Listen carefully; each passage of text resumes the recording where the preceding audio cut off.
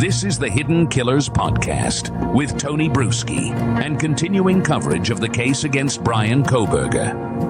Got a text yesterday from a friend of mine over at Dateline saying you're going to really want to watch Dateline Friday. I was intrigued. I'm like, what are we talking about here? At first, I thought it was about the Karen Read trial because that's going on right now. Oh, no. It's about Bryan Kohberger. And since I found out about it, I've been like, I cannot wait to talk about this. They just dropped the trailer for what is going to be shown on Dateline this coming Friday. And it is pretty big. I'd say bombshell-ish, if you will, in this case. What Dateline is going to be showing is for the first time are a lot of pieces of evidence that are in the repertoire of the prosecution and will be used against him in court. We're talking new video surveillance footage of the white Hyundai Elantra in high definition. Yeah. Near the house on King Road, going back and forth repeatedly. What's going on in the search history of Bryan Kohberger before and after the killings? And what images did he have on his phone? We're about to take a look at all of that in the next couple of seconds. And some amazing reporting from our friends over at Dateline. Shane Bishop, one of the producers on this. Keith Morrison reports. Here's a look, a preview of what to expect. I know I'll be sitting there with my popcorn. Take a look. In this house, just steps from campus, in the early morning hours of November 13th, 2022, 4 University of Idaho students, Maddie Mogen, Kaylee Gonsalves, Xander Kernodle, and Ethan Chapin, were stabbed to death.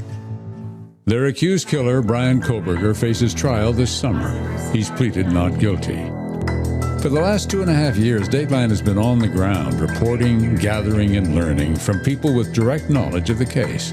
We've obtained things that have never before been seen publicly, like these security videos from a camera on a house near the murder scene, videos that show a white sedan, a car that investigators believe was driven by Bryan Kohberger making repeated passes at the King Road house that night before the murders.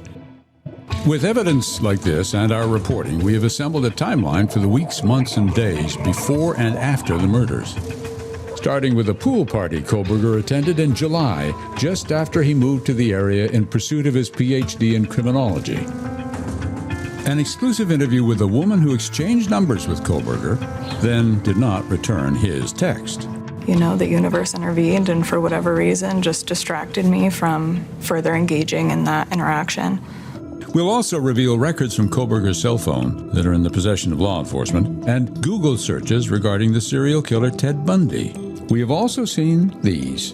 Dozens of photos in Kohberger's cell phone, browsing history, women from Washington State and the University of Idaho, including close friends of the King Road victims. Dateline has also obtained records showing the details of what an FBI cell phone expert has claimed to be in the month before the murders, 23 occasions when Kohberger's phone connected to a cell tower, providing coverage to within 100 meters of the house at 1122 King Road. And in the hours after the murders, details of the timing of phone calls Bryan Kohberger made to a phone linked to his parents just before the controversial selfie he took. And we'll talk to the mother whose daughter was supposed to be staying in the house the night of the murders, but a change of plans may have saved her daughter's life. How soon was it that you thought, my God, she was going to be there? I didn't think about that right away. Oh. All I could think about was the kids. Makes you sad too, doesn't it? It does. Sorry. So many damaged families. Angela Nevejas told us that her daughter Ashlyn, Maddie Mogen's best friend, moved away from Idaho and now refuses to come home to visit because of the trauma associated with the murders.